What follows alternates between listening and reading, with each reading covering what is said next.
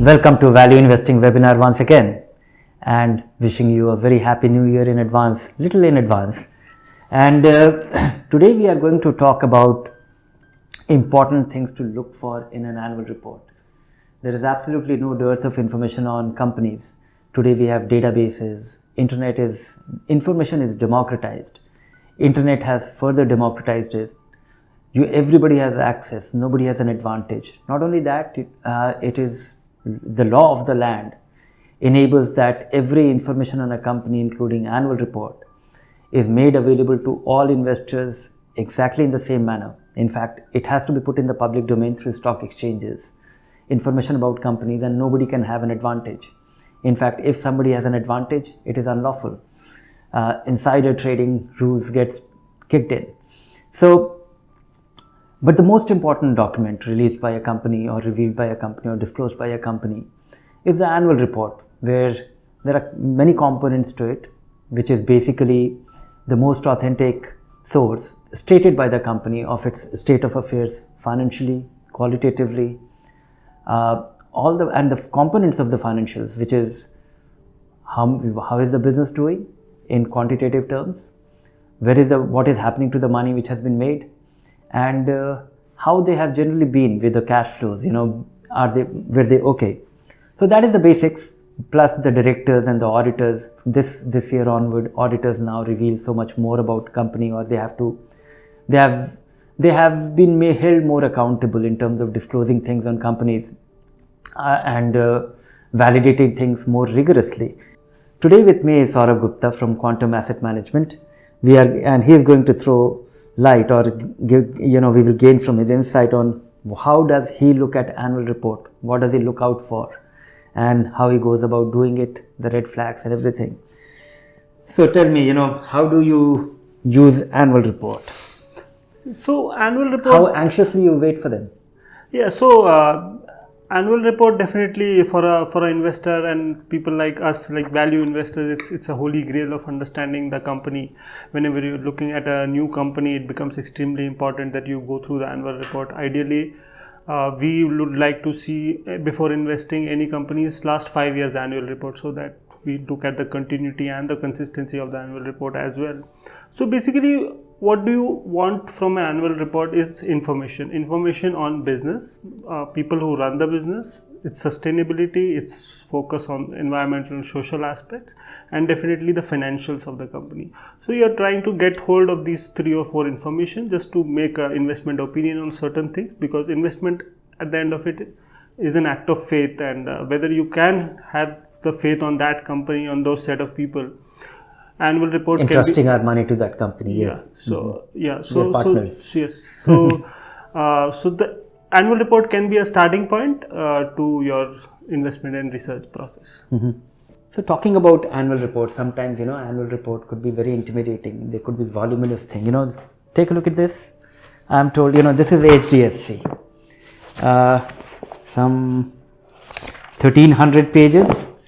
Accounts of all the companies, all the subsidiaries, all the companies promoted by HDFC, the asset management company, not HDFC Bank, it's an associate, but the life insurance company, the general insurance company, and the main HDFC, which itself is a fairly rapidly evolving business, which requires a lot of disclosure, and I'm told that L&T annual report is twice as much, or maybe 2 volumes like this.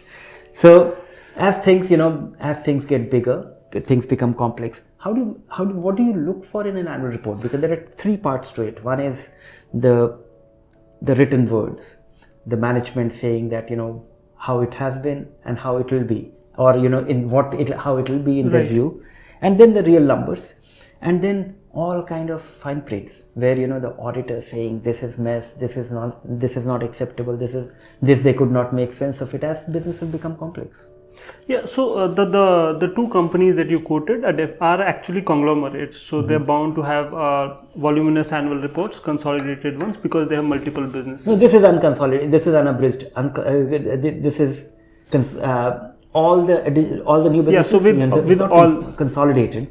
So unabridged. Unabridged. So it have a lot of balance subsidiaries. So it's like 5-6 companies. Yes. Similarly with L&T also. So they have to have all these. Going by each businesses, one should focus on, in case of conglomerate or any standalone operations, one should look at each business as it is in a different form and then go through each businesses and what aspects are being discussed. So broadly, if I summarize, what do you look as a retail investor? Because institutional investors also have access to a lot of databases, they have access to managements also, but retail investors generally lack that. So it becomes all the more important for you to understand the annual report and go through few important points. So first, to start with, you should go through the 10 years numbers that they publish in first and second pages. So it gives you a sense of how the business is moving. A snapshot view of things. So that is one. Then second comes the chairman's letter, right? So that chairman's letter will tell you about how the business is placed, how they plan to do things in future. Has it been a challenging year, a great year? And one has to look that letter in context with how the environment actually has been. If the environment has been challenging and the numbers have not been good, still the chairman is speaking great things about the company, then you have to be aware what chairman talks about. So there has to be linearity between what any chairman is you have figured that they are lying? Yes, not exactly lying, but exaggerating. Yes, so we have seen multiple companies, especially in the construction side. One example that we saw, that the environment was tough, the balance sheet was worsening, but the chairman's letter looked as if the business is going great guns. And eventually the company continued to load on debt because the bias of the chairman that the business is great ensured that he takes more and more risk on the balance sheet, and eventually the company suffers. So these So his optimism could be misplaced. Exactly. So they also have their positional biases. So you have to judge those things. Yes. You can't take anything at face value. Right. And that's why reading of multiple annual reports of a company helps. So that how continuously. And what about competition? How much leads you get from competition in terms of validating these? Yes, so definitely even reading annual reports of competition also helps in terms of understanding the business. For example, there will always be a commentary on the business and the industry where they are operating in. So there could be some managements who are generally talk great about certain businesses, and some are conservative. So if you read historically, you'll have a broad understanding of how the industry is operating, and in that context, you have to look at the company. So it always helps to go through the competition and other things. Similarly, then comes the composition of the board, the independent directors, their ability to look at things, what is their credibility and integrity levels and other things, how are they on the board of other companies, and how are those companies, so things like that. That information you'll get in director's report and board of directors. Then some information, try to look into the committees, the subcommittees that the board has. And you get minutes of those, or highlights of all their actions? Not highlight exactly, but their attendance and the key people who are attending that are part of that committees. So for example, in audit committee, ideally there should be 100% independent directors. Okay.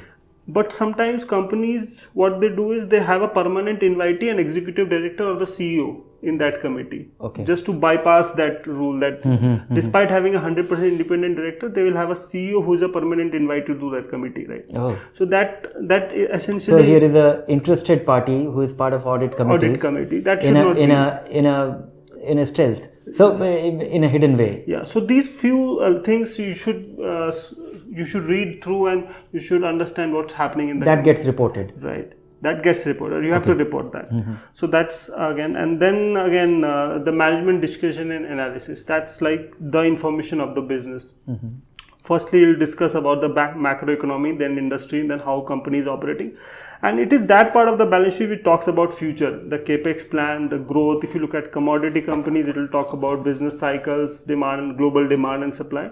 So most of the information about the business, not the numbers, is in management discussion and analysis. There will be a SWOT analysis, strength, so to say, yeah. Strength, weakness, opportunities, threat of that business, summarizing into that management discussion and analysis. So that's a very important aspect that one should go through.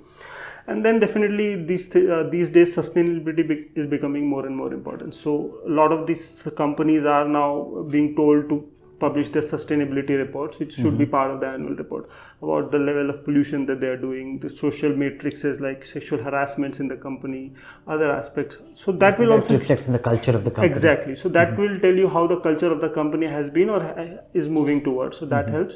And you should not look these things on an isolation basis. You should also always look these things from a peer perspective basis, because any commodity company will definitely most likely be a little more polluting than a tech company or a banking company. Sure. So you should be comparing within commodity companies, how is that company faring? Right? So this should be the broader aspect on that aspect. Definitely then comes the audit report, the statutory reports, and P&L and balance sheet and other things, and definitely footnotes to accounts. So this will give you a broad sense of the numbers. How do you spot a red? How do you what do you look for? The red flag, the company, you get a warning signal by looking at an annual report. Yeah. So give me an example. Look, so I'll give you an example of a very famous technology company which went bust in 2009. All of us know the name, and it was a big technology company where the promoter came out and said that the company does not have cash. He's messing up. Yeah, so he's messing up. He's stolen the money, or the money wasn't Exactly. there. So this, we did not get this information pre-hand. I will not say that we knew that this was going to happen, but when we studied the annual report of that company, after that happened, we saw that for 3 years, companies' income from FDs had not changed, despite the FD numbers changing.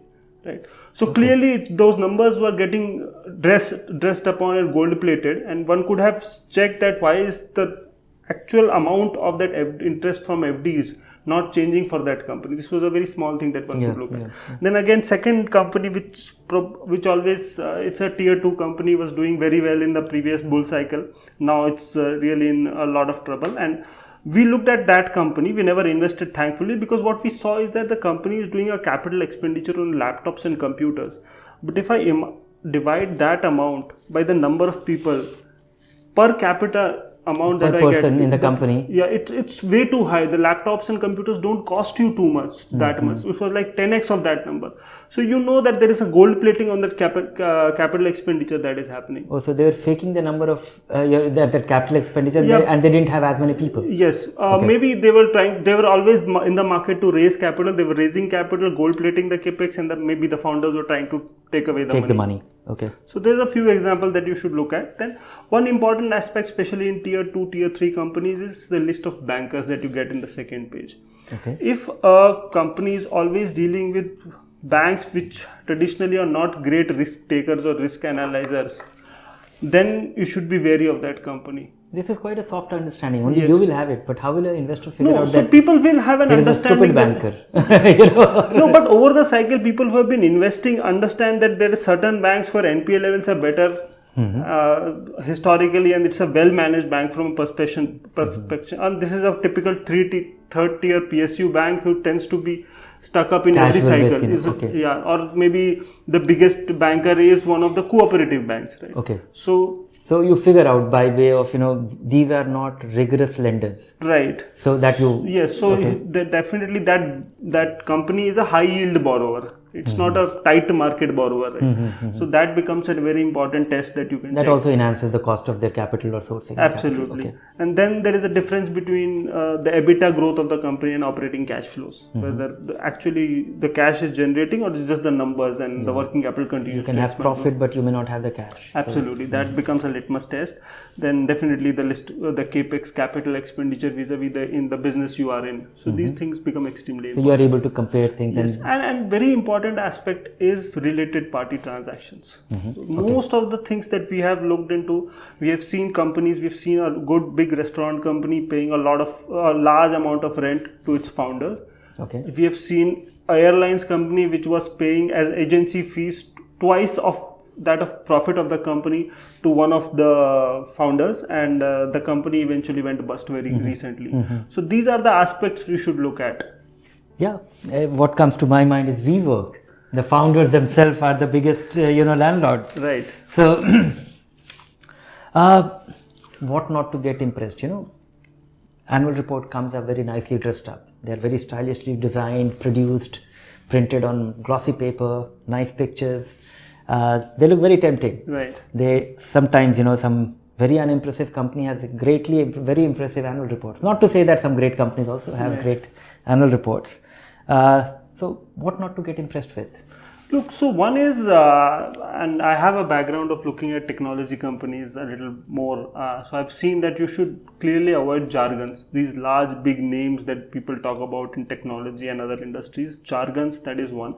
Second is celebrity CEOs with great commentaries and great speeches written on annual report, which is not reflective of the business and the environment.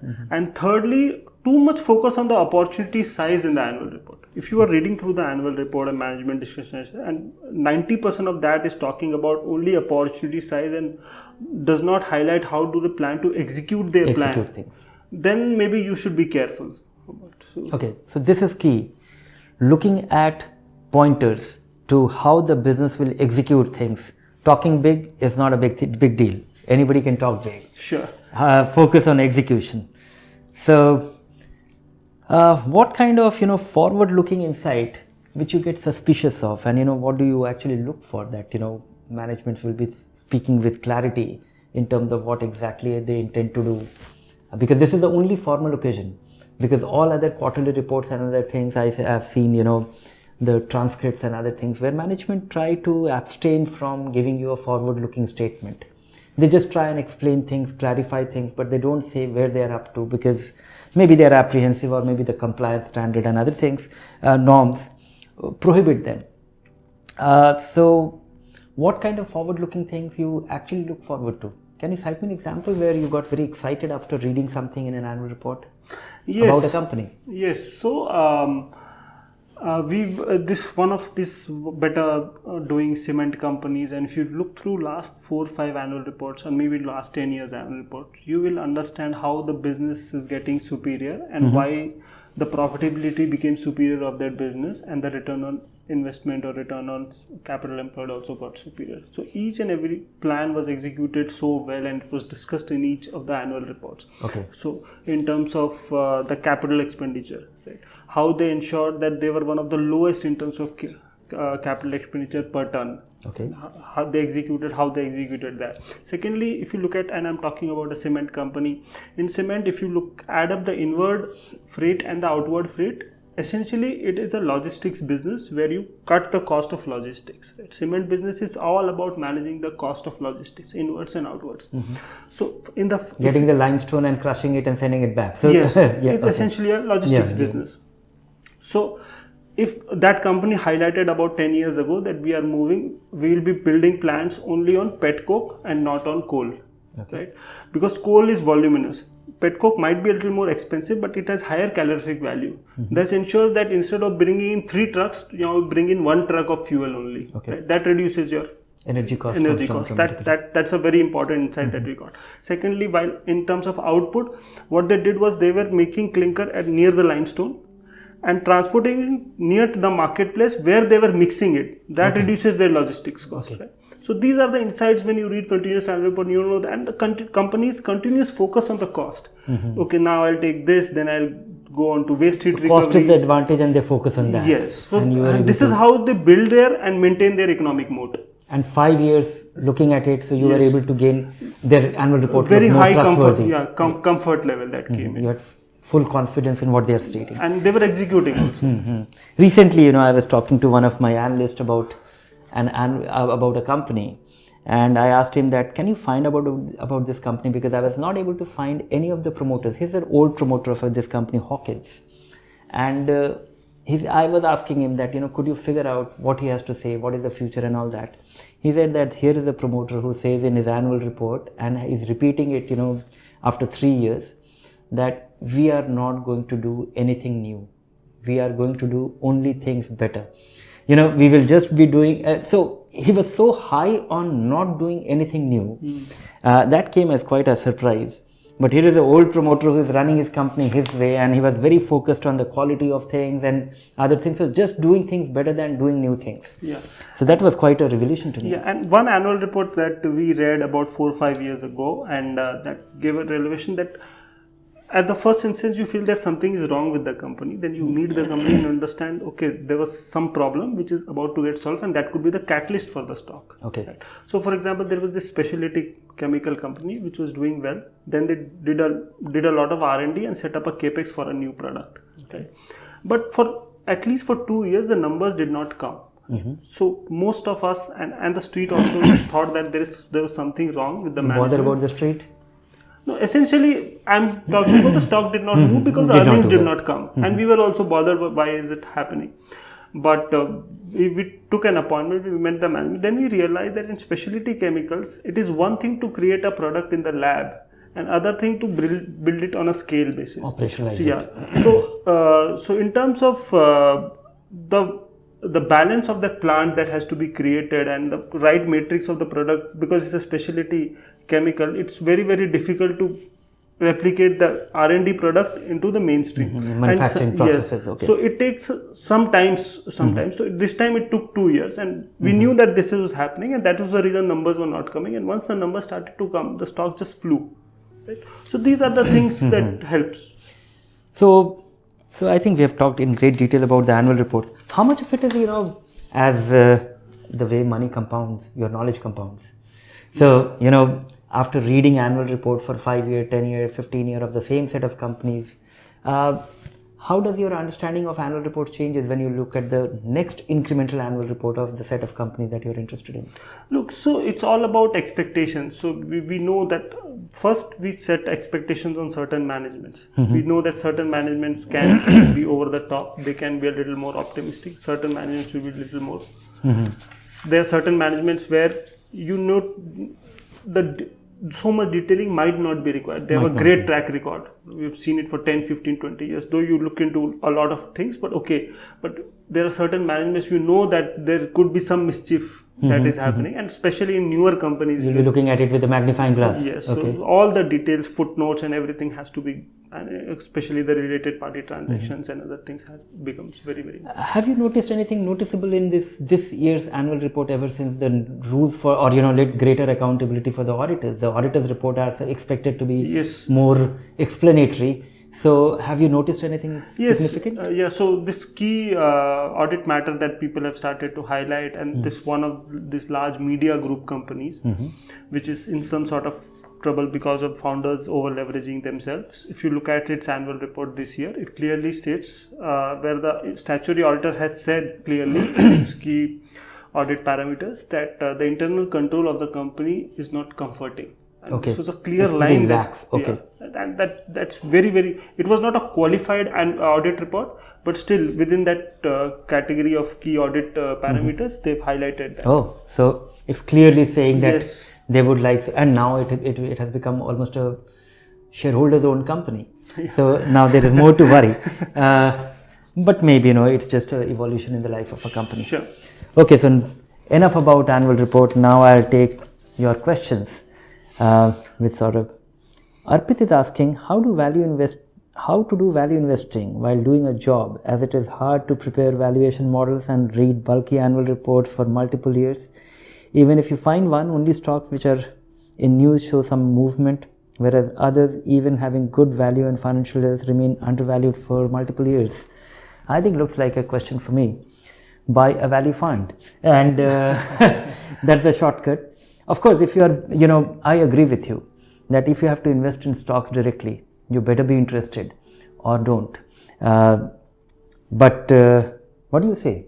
I completely agree. There is no shortcut to research and investment. It's an ardent process, and sometimes it can be boring for people who are not used to reading a lot of stuff. So it's a full-time job, and there is no shortcuts of doing this. And the second part of your question that you talk about, that sometimes value can take a little long. It's a patient man's game, and there could be catalysts which take some time to play out. But yes, if you've done your research well, it will play out. So it might not do well in next 3 months, 6 months, but if you have done your research properly, the company will arrive at its intrinsic value, and you will get your returns.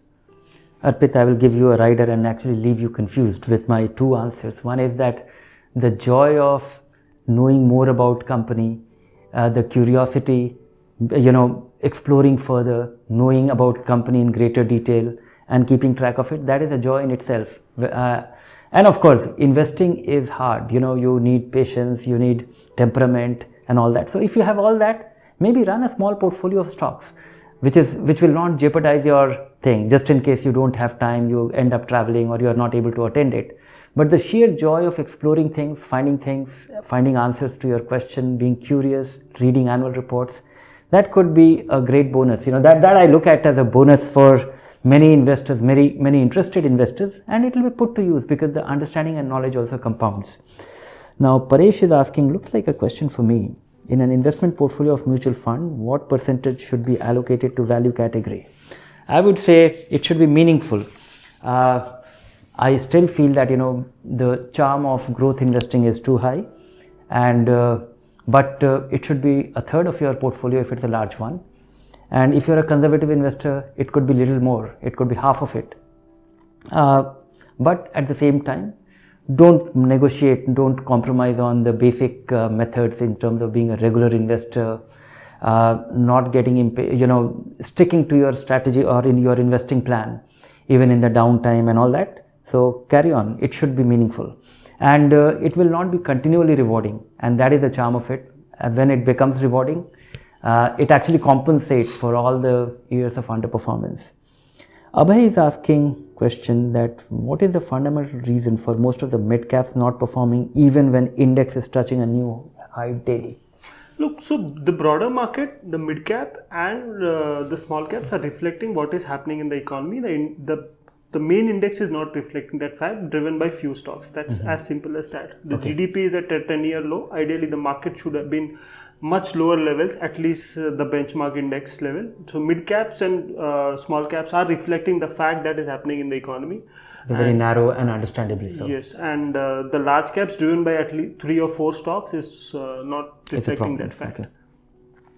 Nakul Gupta is asking that how can we make out whether the points mentioned in the annual report of a company are true and not just professionally crafted facades? So there are only 2 things you can find out. One is reading the historical annual reports and looking from that perspective, and thirdly, reading the annual reports of competition. There are 2 ways. Besides meeting the person who's written that, there are only 2 ways of analyzing that. One, you read historical annual reports as well and see how well they've executed, or they're just facades as you're talking about.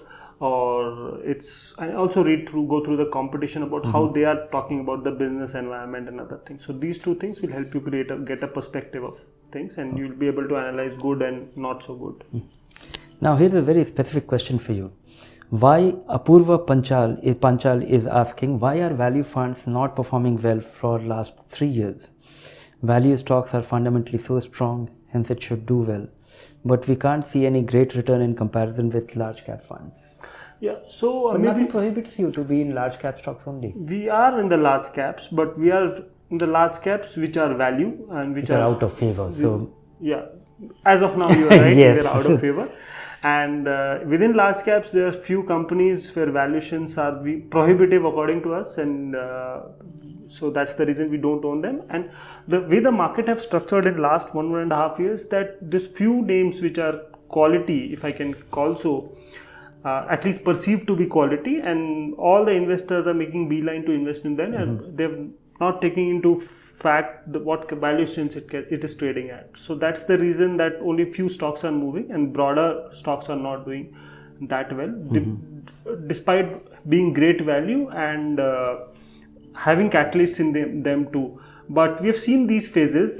We've seen this happening between 2006 to 2008. We've seen this happening between 2014 to 2015. So there are phases that happens where market does not believe what you believe or you practice, but eventually, But eventually, we have seen that if you have a real strong value process, then things fall in place, and you generally outperform more medium to long term. Now, Raghuveer is asking that how many stocks should we have in our portfolio? Is there any thumb rule? It's not essentially a thumb rule. Yes, it should be well diversified, but I can tell you what we do. We generally tend to have between 25 to 40 stocks in the portfolio. We'll like to have at least 2% weight in a stock going at cost, and going up to 6% at cost, depending upon the comfort of at cost. At cost, depending so upon at cost, meaning that you buy 100 rupees to be invested. 2 rupee will be invested, that is the minimum investment, Right. and that 2 rupee in the overall, if it appreciates and becomes 10 rupee, Yeah. you'll do nothing about it. So at 10, we'll do something about it. One, if it breaches the valuation threshold that we have for the company, that is one. And secondly, we'll do if it And crosses if it, the does 10%. not, if it does not breach, then you will We'll keep it, the maximum cap is 10%, is of 10% the portfolio. of the portfolio. Yeah. Okay. So the weightings are between 2% to 6%, depending on our comfort on the business, the balance sheet, and the management. And so our 25 to 40 stock portfolio, we believe that makes sense, and we have seen historically that's a well diversified, but the tail is not too long so that it does not make a difference. So that's the risk of having a long tail. So Big don't want to portfolio. take that. But there is another saying that, diversification is useful. You should have adequate diversification so some of your theories don't work well. You will not be in great difficulty. But most of the risk actually comes from not knowing what you are investing in. So keep an eye on that. The compromise between diversification and concentration is just a matter of knowing and your own comfort level. But his rules will come in very handy. Now here is a question. Rian Almeida is asking, historically prices of gold have shown an inverse correlation with equity markets. Is it right time to invest in gold funds considering that they have done well over the last 1 year and equity markets are also abnormally high without any fundamental basis? Look, it's more of an asset allocation question, but what we generally recommend, and when we talk to investors, that some portion of your money should be in gold, maybe 5%, 10%, depending upon your comfort, because gold does well when the world is not doing that well. So for example, 2008, when there was a risk on US dollar, gold was up and the index, the equities were down by 50%. Similarly, in 2011, when there was a euro risk that was playing out, the indexes equity was down and the gold was up. And last 1 year, when we have a lot of news on things like trade wars and other things, then again gold has started to do well. So yes, a small allocation on gold is essentially a good balance in terms of asset allocation. Yeah, so I have a contra view to this, which is the whole thinking behind equity investing is that world will be a better place in times to come. So when gold does very well when the whole world looks shaky, and generally the world does well over a medium term, longer term period. Whenever I look at any 5-year period, 10-year period, we look to be better. We seem to be better in relation to where we stood. So in that sense, a long-term bet should be equity, and fixed income should be your stability providing. It should be the shock absorber, and gold, you take a bet. So thank you very much, Saurabh, for sharing your insights on how to read annual report, making sense of annual report, and answering our visitors' questions. Thank you. Thank you. Thank you very much for coming over. Watch us again next time.